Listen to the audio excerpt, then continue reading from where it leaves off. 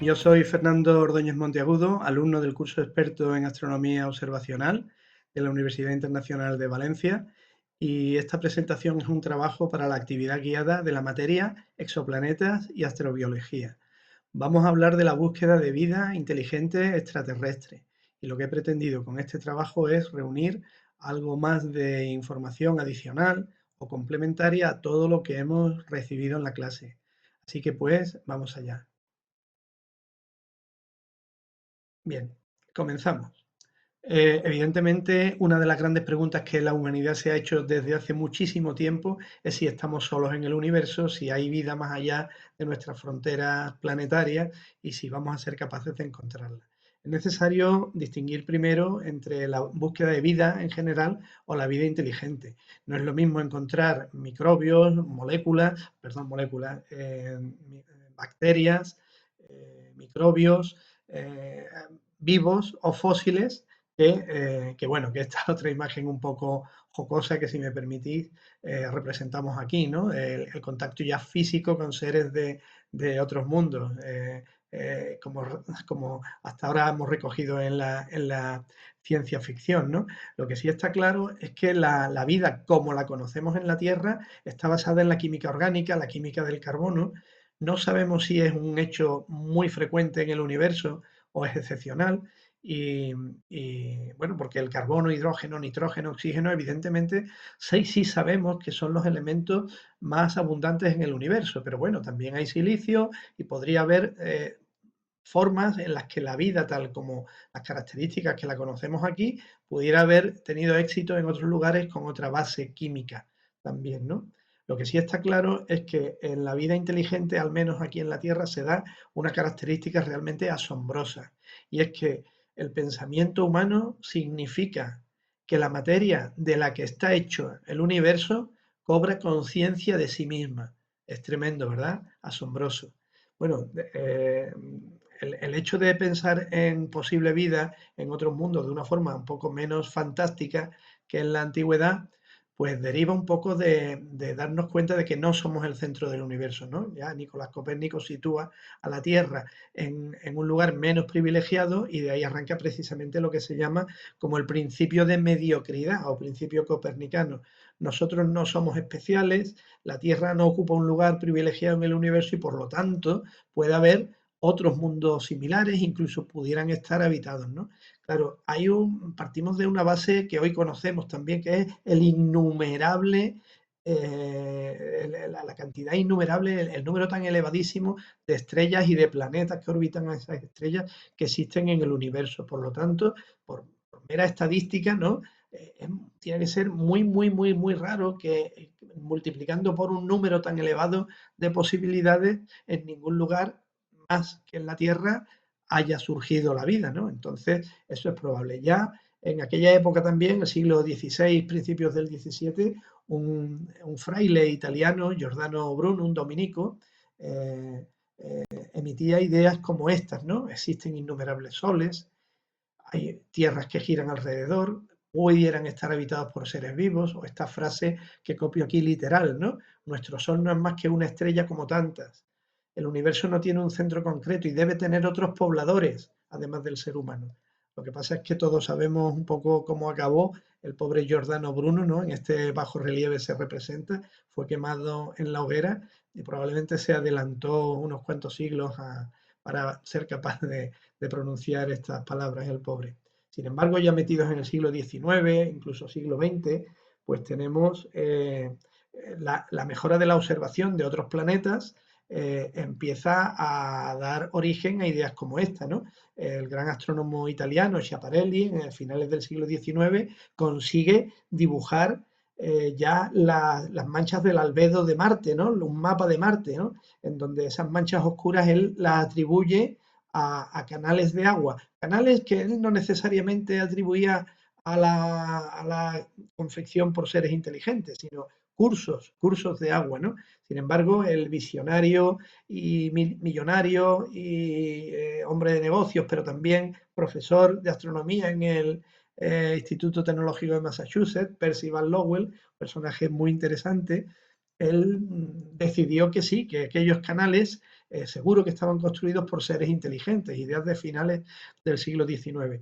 Ahora se suele decir en la historia de la astronomía, cuando se analiza este episodio, que probablemente él interpretó mal la palabra canali de Schiaparelli, no necesariamente querían decir canales construidos. En inglés se diferencian dos palabras distintas, channels, cualquier curso de agua, incluido natural, ¿no? Y canals, que son conducciones construidas, ¿no? Él interpretó canali como canals, siguió esa idea que él pensaba que lanzaba Schiaparelli y la defendió vivamente. Tanto es así que en Estados Unidos se le dio por la mayor autoridad reconocida en esta materia y tenéis aquí unos recortes de principios de siglo del New York Times en donde claramente se aseveraba que había vida en el planeta Marte, porque así lo había dicho sin ningún tipo de duda este Percival Lowell, ¿no? Incluso unos años después, de nuevo en el Dominical del New York Times, aparecían estos recortes de observaciones realizadas por Percival Lowell en su observatorio de Arizona, en donde él le atribuía los cambios que había habido en las manchas de Marte en 2 años a que los marcianos eran capaces de construir en solo 2 años esos gigantescos canales que recorrían el planeta. Bueno, el caso es que eso era a principios de siglo, pero durante todo el siglo XX la cultura popular en radio, en literatura, televisión, cine, nos ha ido acompañando y creando y permeando una idea generalizada para la población de la posibilidad de contacto, ¿no? Una idea que además tiene muchísimos seguidores, aunque sea en plan de ficción, ¿no? Porque estas historias de siempre han atraído muchísimo a la gente. O sea que hay como una especie de percepción generalizada de que debe haber seres inteligentes en otros lugares y que algún día podremos contactar con ellos. Bien físicamente, como reproducimos en estas imágenes, con miedo o sin miedo de ellos, a veces amigables, a veces hostiles, pero siempre como un objeto de gran curiosidad, de toda la humanidad. ¿eh? Pero no es solamente un tema de cultura popular, ahí está la ciencia también.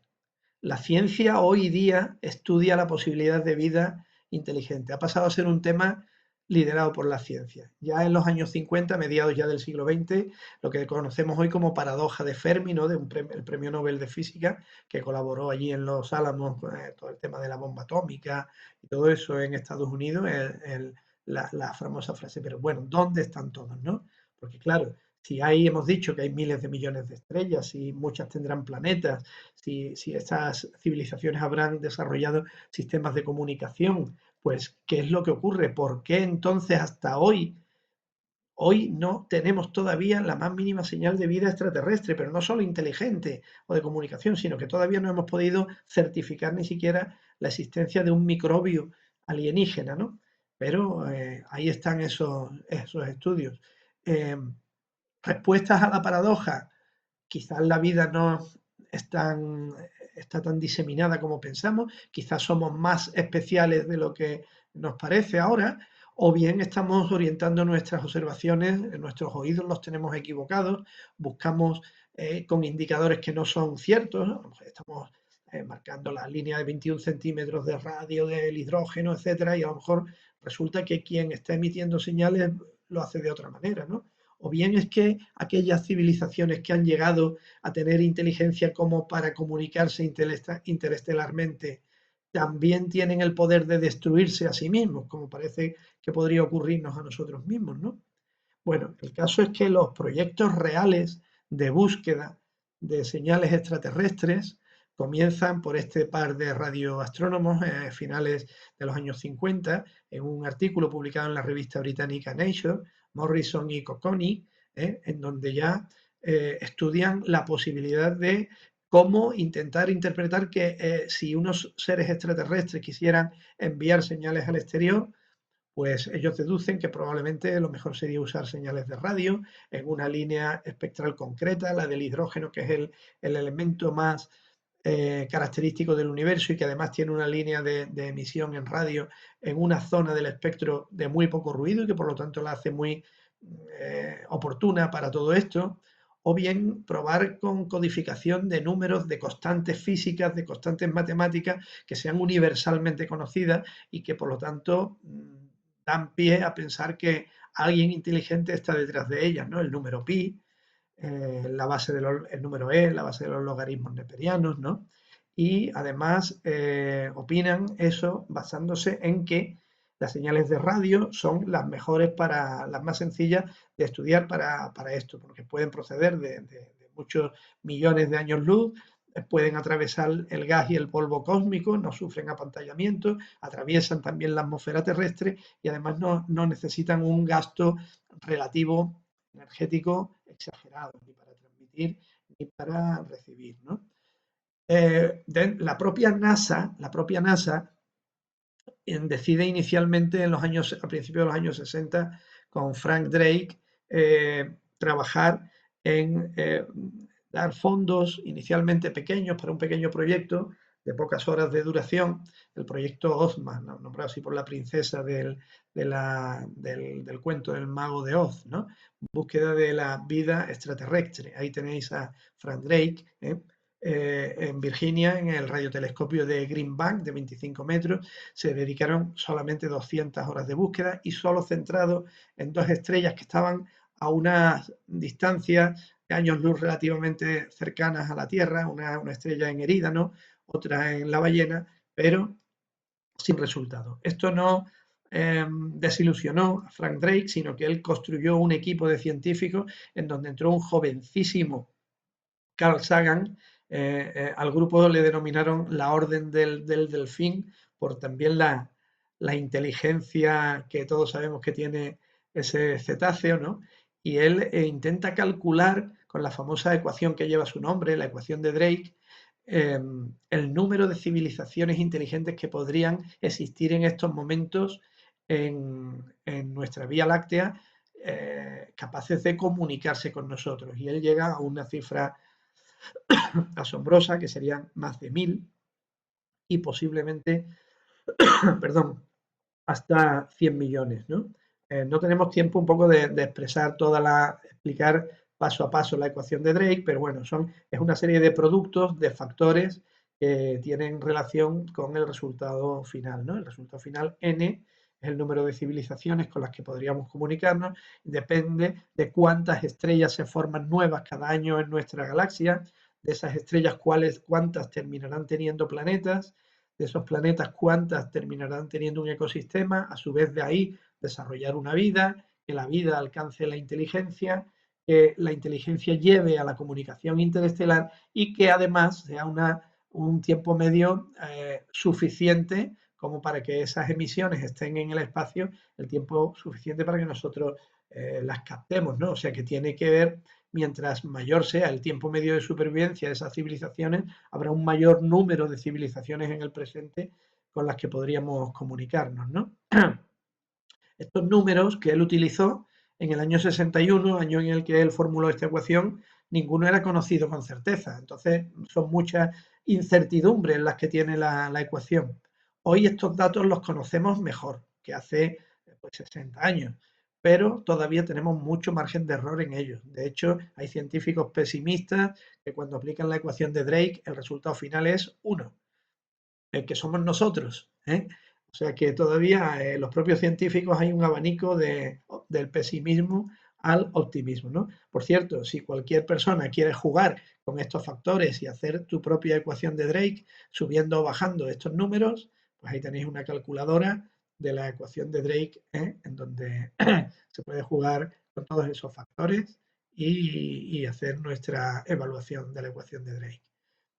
Carl Sagan, que había trabajado con Drake, posteriormente es un grandísimo abanderado de la búsqueda de vida inteligente. Tiene el libro de vida inteligente en el universo, que inspiró también el proyecto Cíclope de la NASA, y además con Frank Drake diseñó también las placas que viajaron en la Pioneer 10 y Pioneer 11 en los años 70. Una placa de aluminio recubierto de oro, en donde figuran una representación del ser humano, el hombre y la mujer, el tamaño del radiotelescopio, el átomo de la molécula de hidrógeno con los dos átomos, un mapa de púlsares, de señales de púlsares que contribuirían a indicar dónde está la Tierra en relación a distancias a esos púlsares, y una representación del sistema solar con la nave Pioneer despegando del tercer planeta del sistema solar, ¿no? Esto ya es un intento no de escuchar, sino también de transmitir, y entonces surgen las dudas, ¿no? Esto, cuando ponemos una C de CETI, queremos decir comunicación, no ya search de búsqueda, sino la C de comunicación, ¿no? Con la inteligencia extraterrestre, ¿no? Y surgen una serie de dudas que tenemos, ¿no? Como planeta, como civilización. ¿No es un poco arriesgado emitir? ¿Pueden venir en plan hostil? ¿No somos una ovejita que está diciendo, avisando al lobo para que venga? Y después, ¿quién tiene la capacidad de hablar en nombre de la humanidad? ¿No? O realmente cada uno de nosotros debería ser libre de comunicarse con los extraterrestres si pudiéramos. Tendría que haber libertad de expresión cósmica. En fin, son palabras que aunque se han elaborado, algunos son dudas, que aunque se han elaborado algunos protocolos, en realidad están todavía sin responder. Bueno, después de las Pioneer, más allá en los años 70 se lanzaron los Voyager, que también llevan mensaje. Ahora nos parece esto quizás hasta un poco ingenuo, ¿no? Porque esto hay que explicarle a los extraterrestres, incluso que hay que poner la aguja encima del disco para ver los datos, oír los sonidos o ver las imágenes que van representados en estos discos, ¿no? También recomiendo aquí unos enlaces de internet muy interesantes, porque hay un contenido multimedia en donde cualquier persona puede conocer qué es exactamente la información, los idiomas, las voces de la tierra, los sonidos de la tierra, sonidos de la naturaleza, imágenes que iban en este disco de los años 70, ¿no? Y que probablemente si lo hiciéramos hoy también habría cambiado bastante el contenido, ¿no? En mitad de los años 70 también hubo un nuevo intento de comunicación, de envío de señales hacia el exterior por Drake y por Sagan, ¿no? El famoso mensaje de Arecibo de 1974, desde este gran radiotelescopio de Puerto Rico, lamentablemente destruido por una avería, por un accidente que lo ha destruido hace muy poco tiempo, ¿no? Aquí tenéis una codificación, era un sistema binario, una matriz binaria de ceros y unos, que se envió al cúmulo de Hércules. ¿Por qué? Pues simplemente porque allí hay un gran, dirigiendo un solo haz hacia allá, bueno, pues había 300.000 estrellas similares al Sol, pero estamos a 25.000 años luz, entonces no sé yo realmente qué probabilidades de diálogo son realmente pequeñas, ¿no? Pero bueno, ahí estamos dándonos a conocer, ¿no? También de nuevo la figura del hombre, la figura del ADN, el código binario, los números decimales, una representación del sistema solar resaltando el tercer planeta, que es la Tierra, una imagen del radiotelescopio, etcétera, ¿no? Bien.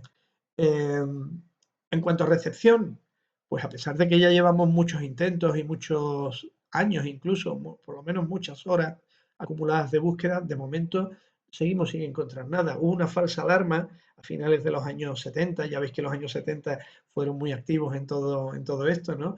En el radiotelescopio de la Universidad de Ohio, la gran oreja, el gran oído, ¿no? El Big Ear, allí un radioastrónomo que operaba este radiotelescopio, Jerry Eman, marcó en el papel impreso estas letras que veis aquí de su propio puño y letra, wow, la señal wow, en donde marca una señal que fue muy intensa, mucho más intensa que el ruido de fondo y muy llamativa, ¿no? Duró 1 minuto y 12 segundos, pero lamentablemente no se reprodujo, nunca más se supo, con lo cual estas señales que para darnos idea de una inteligencia extraterrestre deben ser reproducibles, pues no se produjeron.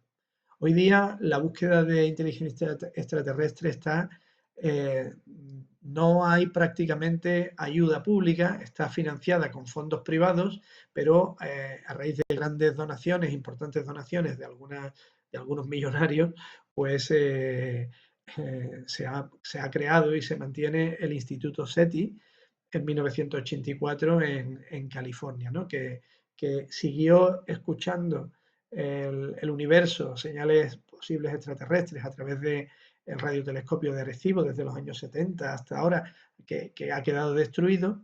Y además durante unos años, y puedo decir además yo orgullosamente que fui en su momento colaborador también de esta iniciativa, para que cualquier persona en su salvapantallas pudiera, por un mecanismo de computación distribuida, ayudar a SETI a analizar la enorme cantidad de gigabytes que se reciben en ese radiotelescopio.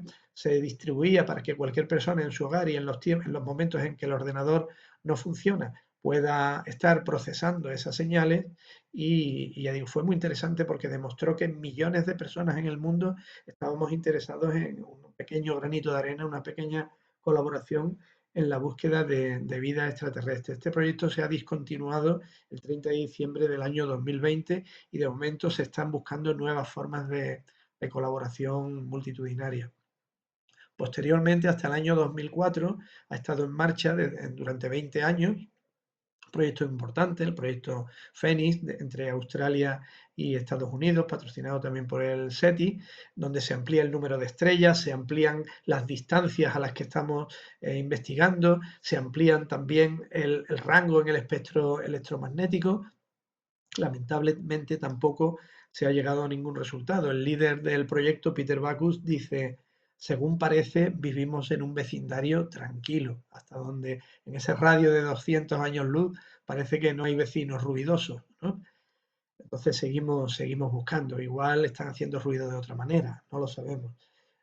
Un proyecto importante actual del SETI es la red de telescopios Allen. Allen es el apellido de Paul Allen, el cofundador de Microsoft, que es uno de los donantes que permiten que SETI se mantenga en marcha, ¿no? Es un radiotelescopio, así de pequeño, un radiointerferómetro que se va a dedicar tanto a radioastronomía como a la búsqueda de vida extraterrestre. Tiene una banda muy extensa de frecuencias. Tendrá al final, cuando esté todo instalado, 350 pequeños radiotelescopios como estas imágenes, y actualmente hay 42 y que están instalados y que están funcionando. Por lo tanto, la búsqueda SETI en estos momentos continúa, ¿eh? En definitiva, según parece, y por los años que llevamos buscando, esa búsqueda en el resto del universo por parte del ser humano va a continuar por siempre, creo yo, al menos durante largo tiempo, ¿no? Quizás, como digo en la segunda frase, no solo buscando señales de vida inteligente, sino al menos señales de vida, ¿eh?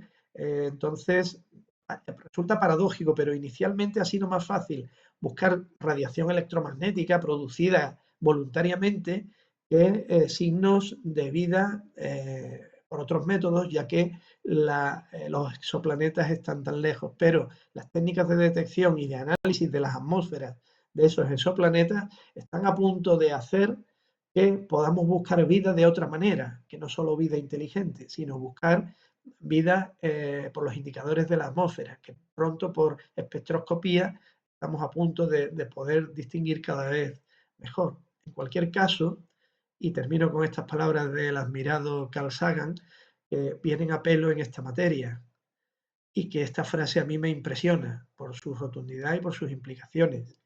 A veces creo que hay vida en otros planetas y a veces creo que no. Pero es que las dos situaciones, en cualquiera de los dos casos, la conclusión es realmente asombrosa. Gracias, Carl Sagan, y gracias al profesor por lo que nos ha enseñado y por haber escuchado esta presentación. Muchas gracias. Voy a centrar mi presentación en las dificultades que se nos plantean en el caso de que en algún momento llegáramos a tomar contacto con otra civilización en el universo, para que pudiéramos llevar a buen término un entendimiento con ella. Hablaré para ello del SETI, la búsqueda de un lenguaje común. Cuando yo era adolescente, entre mis lecturas de ciencia me encantaba una pequeña colección de libros que se llamaba Biblioteca Científica Salvat. Entre ellos, uno de los que más me impactó fue Izquierda y Derecha en el Cosmos. Está escrito por un divulgador y filósofo americano llamado Martin Gardner, que tenía entre sus libros un montón de libros sobre juegos matemáticos y acertijos matemáticos. ¿Y por qué traigo este libro aquí cuando realmente estamos hablando de inteligencia extraterrestre? Pues este libro habla de la simetría y la asimetría en el universo. Siempre me ha llamado especial atención la quiralidad de las moléculas. En la forma en que la vida se ha decantado hacia un tipo de orientación espacial. A nivel molecular, la simetría se encuentra en la mayor parte de los procesos biológicos. Es tanta la importancia que moléculas idénticas, pero que tan solo son distintas en su orientación espacial alrededor de ciertos átomos, hace que sus propiedades físicas sean completamente diferentes. Tanto como que un compuesto con una orientación izquierda sea un medicamento y el que lleve la orientación de su imagen especular, que es el isómero derecho, pueda ser totalmente inactivo. Algo que le pasa, por ejemplo, al ibuprofeno. O, por ejemplo, que los limones que tuviéramos al otro lado del espejo ya no le guían a limón, sino a naranja, porque el L-limonelo huele a limón, pero el de limonelo, esa molécula, nos da el olor a naranja. O el caso extremo, por ejemplo, de la talidomida, donde un enantiómero era un medicamento contra las náuseas y su imagen especular, el otro enantiómero, produjo horribles mutaciones, algo que por desgracia se conoció debido a los efectos devastadores que este fármaco provocó en los años 60. La misma Alicia, al pasar en sus aventuras a través del espejo, se encontraba perpleja cuando veía que los objetos que estaban al otro lado del espejo se comportaban de manera totalmente diferente a las que ella conocía. Incluso le llega a decir a su gatito que te gustaría vivir al otro lado, ¿verdad? Pero me pregunto si allí te darían leche y a lo mejor la leche del espejo no es buena para beber. Pero bueno, nada de esto tiene que ver con el tema que nos trata. El motivo de traer aquí este libro es porque desde el capítulo 18 en adelante el libro nos plantea el problema de Ozma. Esto significa que podríamos explicarle a un extraterrestre cualquier cosa, que es un segundo, que es un metro, un garbanzo, un pájaro, una taza. Podríamos explicar toda la física que conocemos, pero no hay forma de explicarle la izquierda o la derecha, porque esto solamente es posible si los dos comunicantes tienen la posibilidad de ver un objeto en común. Tiene que haber un punto de referencia. Y resulta que la única manera en la que llegamos a un método para poder explicarlo es a través de las partículas, de una cierta partícula subatómica llamada kaon o mesón K. O sea, que sería tan sencillo como decirle a un individuo de otro universo: mira, ya sabes, cuando en un acelerador de partículas generas uno de esos mesones compuesto por un quark extraño y otro quark arriba o abajo, ese que tiene esa masa de 493.677 electronvoltios, pues cuando se descompone hay una partícula que pesa 9,109 por 10 a la menos 31 kilos y que es ligeramente menos frecuente que la otra de idéntico peso, pero opuesta. Esa gira hacia lo que conocemos como izquierda. Y además eso es lo que llamamos materia. Es sencillo, ¿no? Con este libro se nos plantea un problema, solamente un dilema, ¿no? El explicar la derecha y la izquierda, pero el problema es aún mayor. Para desarrollarlo me voy a apoyar en otro libro, un poco más reciente, llamado Gramáticas extraterrestres, de Fernando Ballesteros, astrobiólogo y doctor en física por la Universidad de Valencia. Este libro nos da un paseo por la historia de las investigaciones hechas hasta el momento de su publicación en 2008. Empieza hablando del origen de la vida, de la probabilidad de que haya podido surgir en otros puntos de forma análoga a como surgió en nuestro planeta. Se plantea si es el nuestro un medio con condiciones especiales, si la vida surgió como un hecho fortuito o si en cualquier otro sitio con una evolución similar pues podríamos haber llegado a un estado muy parecido. Más adelante nos habla de los distintos proyectos que se han llevado a cabo para buscar otras civilizaciones. No voy a entrar en detallarlos porque ya los conocemos y no es el tema central de esta presentación, pero los detallo aquí, ¿no? El proyecto OMA, el proyecto SETI. Nos habla también de todas las señales que se han recibido hasta este momento, la famosa señal WOW, hasta 37 señales que se han detectado en el proyecto META, la señal SHG BCO2 más 14A, que parece que se duplicó. Pero todas estas señales en su momento pasaron su filtro, que era situar su origen fuera de nuestro espacio. Pero todas tienen un fallo, fallan en un detalle esencial, y es que nunca se repitieron. La repetibilidad de una detección es la condición indispensable para que podamos hablar de una señal de inteligencia extraterrestre. Pero al final, el problema que nos ocupa, que es el problema que se nos plantea, es cómo hacernos entender o cómo podemos entender a otros que no usan nuestro mismo sistema de comunicación. Es decir, hay que definir un lenguaje. Entonces, para esos primeros pasos, lo mejor es mirarnos a nosotros mismos. Y para ello, pues, hace un repaso por la comunicación animal. En este libro se hace un análisis de las formas de comunicaciones existentes, porque aquí no solamente nos comunicamos los humanos, desde los insectos hasta los primates, los animales también tienen sus particulares sistemas de comunicación. Y poco a poco hemos conseguido descifrarlo. Nuestro sistema de comunicaciones se basa en nuestra propia percepción del mundo. Tenemos un mundo lleno de color, y ello es debido a la forma particular de nuestros órganos de visión. Tenemos una sensibilidad determinada dentro del espectro electromagnético y eso no es común a todas las especies de la Tierra. Además, nuestro cerebro está preparado para una determinada interpretación de la forma. O sea, nuestro sistema visual funciona reconociendo bordes y contornos. Sin embargo, también está comprobado que algunas de las especies que consideramos inteligentes en nuestro entorno no funcionan de la misma forma. Tenemos además un especial sentido de la dimensionalidad. Es decir, somos capaces de entender que un dibujo representa a una persona. Hacemos esa extrapolación, pero esto tampoco ocurre en todas las especies. A lo mejor quizás entre los grandes simios, pues que son un poco más parecidos a nosotros, pero por ejemplo los delfines ven el mundo a través de sonidos. No podrían entender un dibujo. O un calamar, por ejemplo, que no reconoce como similar una imagen en un espejo porque sus ojos son sensibles a la luz polarizada. Estos son ejemplos de especies animales que están en nuestro planeta, pero que han desarrollado un sistema de comunicación distinto al nuestro. Pero es que además, por si fuera poco, hay que añadir que la cultura también puede moldear la percepción de la realidad. Por ejemplo, nosotros entenderíamos que esto es la representación por herencia de un ser humano, que esto es un hombre. Pues seguramente no todos. Entonces, llegamos al final a una serie de conclusiones. Nuestro sistema de comunicación está configurado y adaptado a nuestra forma biológica. Dentro de nuestro propio planeta existen especies que se comunican de forma distinta a los humanos porque su naturaleza es distinta y tiene una forma distinta de percibir el mundo.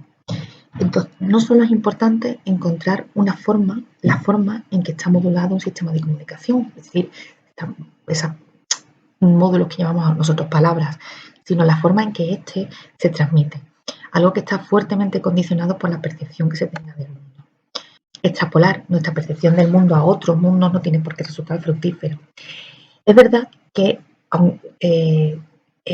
civilizaciones que vinieran de otros sitios compartiría con nosotros las mismas leyes de la naturaleza, porque todos estamos sometidos a las mismas leyes.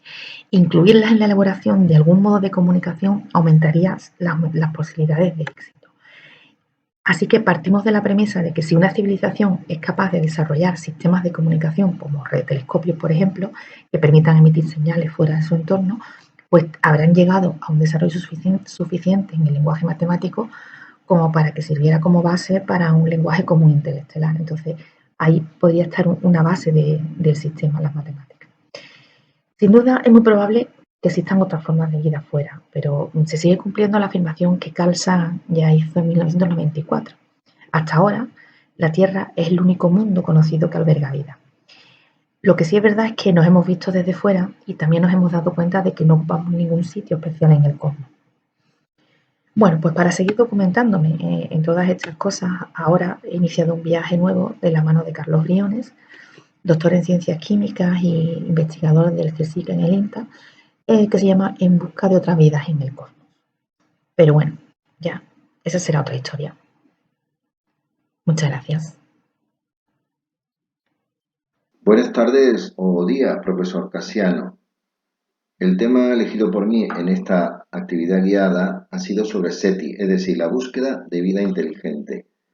Me he apoyado en mis comentarios en la película Contact, estrenada en 1997.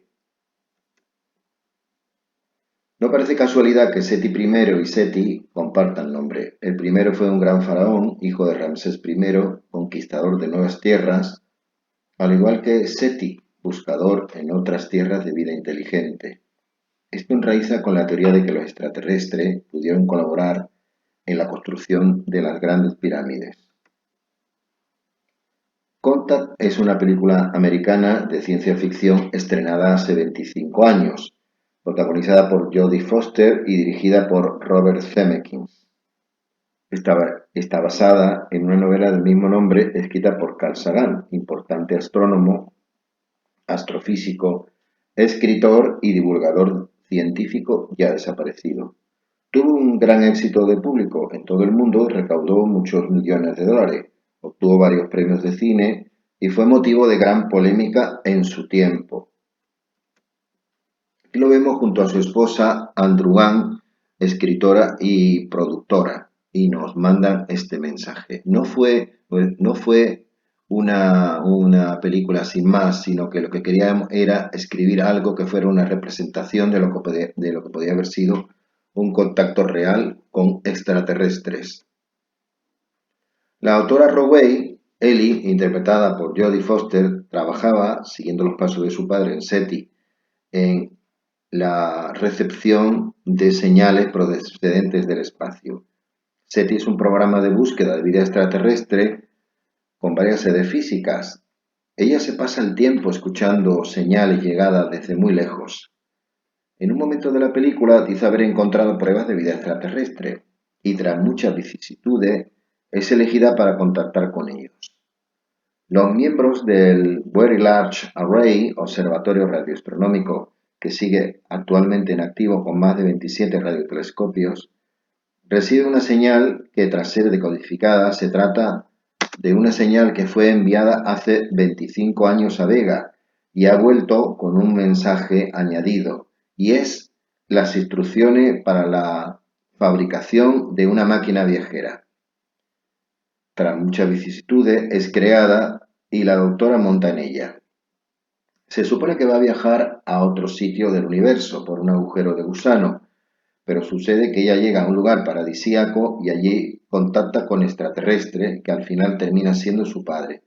Finalmente se despierta creyendo que ha viajado, pero desde fuera no se ha visto desplazamiento del ingenio. Pero hay un desfase de tiempo inexplicado.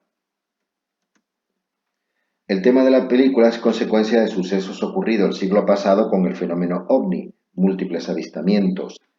Además, aparición de la figura de Frank Drake, pionero en SETI en búsqueda de inteligencia extraterrestre, desaparecido recientemente. Una época de los 80 con divulgación mundial de la astronomía.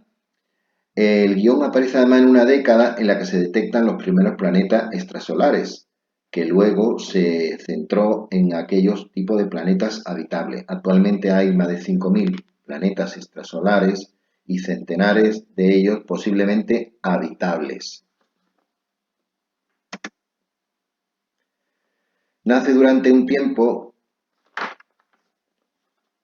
en el que el tema redundante de la vida extraterrestre surge por ese ferviente deseo histórico de conectar con el más allá, sea divinidad u otros seres. En la misma hay conflictos socio-religiosos que ponen de manifiesto una vez más los bloqueos religiosos al avance científico. Es una película, pues aunque tuvo asesores científicos, se ven gazapos en lo que la doctora desde el campo y con auriculares parece que está escuchando mensajes de ondas de radio, y no es así porque habría múltiples interferencias. Las ondas de radio se pueden traducir en impulsos eléctricos y finalmente en sonidos, pero no escuchadas directamente. Sagan introdujo en su novela de los viajes en el tiempo la teoría de Kip Thorne basada en los agujeros de gusano de Einstein-Rosen que ya se anotan en la teoría general de la relatividad. Desde entonces ha habido muchos mensajes enviados y recibidos. Durante un tiempo se pensó que las señales de radio emitidas por los púlsares eran mensajes extraterrestres. Sin embargo, actualmente se sabe que son estrellas de neutrones que giran muy rápido y emiten periódicamente señales. Es una especie de radiofaro que vemos cuando emite radiaciones en nuestra dirección. También se han detectado desde entonces, durante décadas, múltiples señales supuestamente extraterrestres, desde Próxima Centauri, desde otras estrellas como la estrella de Tabi, la señal WOW, señal de radio que pudo ser extraterrestre. En ninguna de ellas se ha constatado que hayan sido seres inteligentes los que la han enviado. También se han enviado muchos mensajes, como el de Arecibo desde Puerto Rico, un radiotelescopio ya desmontado, y que en el que se intervinieron Sagan y Drake en 1974, y bueno, pues se envió hacia el cúmulo de Hércules, que está a 25.000 años luz, muy difícil porque la ida y la vuelta serían 50.000 años para que nos llegara algún tipo de respuesta.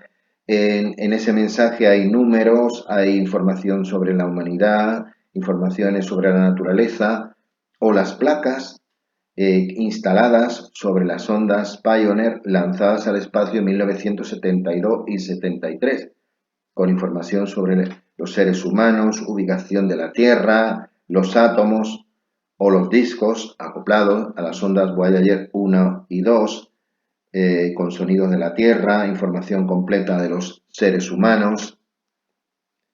Y al final llegamos al gran dilema. Estamos solos en el universo. Vemos ahí a Frank Drake y detrás la fórmula que él realizó sobre el posible número de planetas con seres inteligentes, civilizaciones inteligentes. Y a la derecha la visión de la cámara trasera de la Voyager antes de alejarse definitivamente de la Tierra.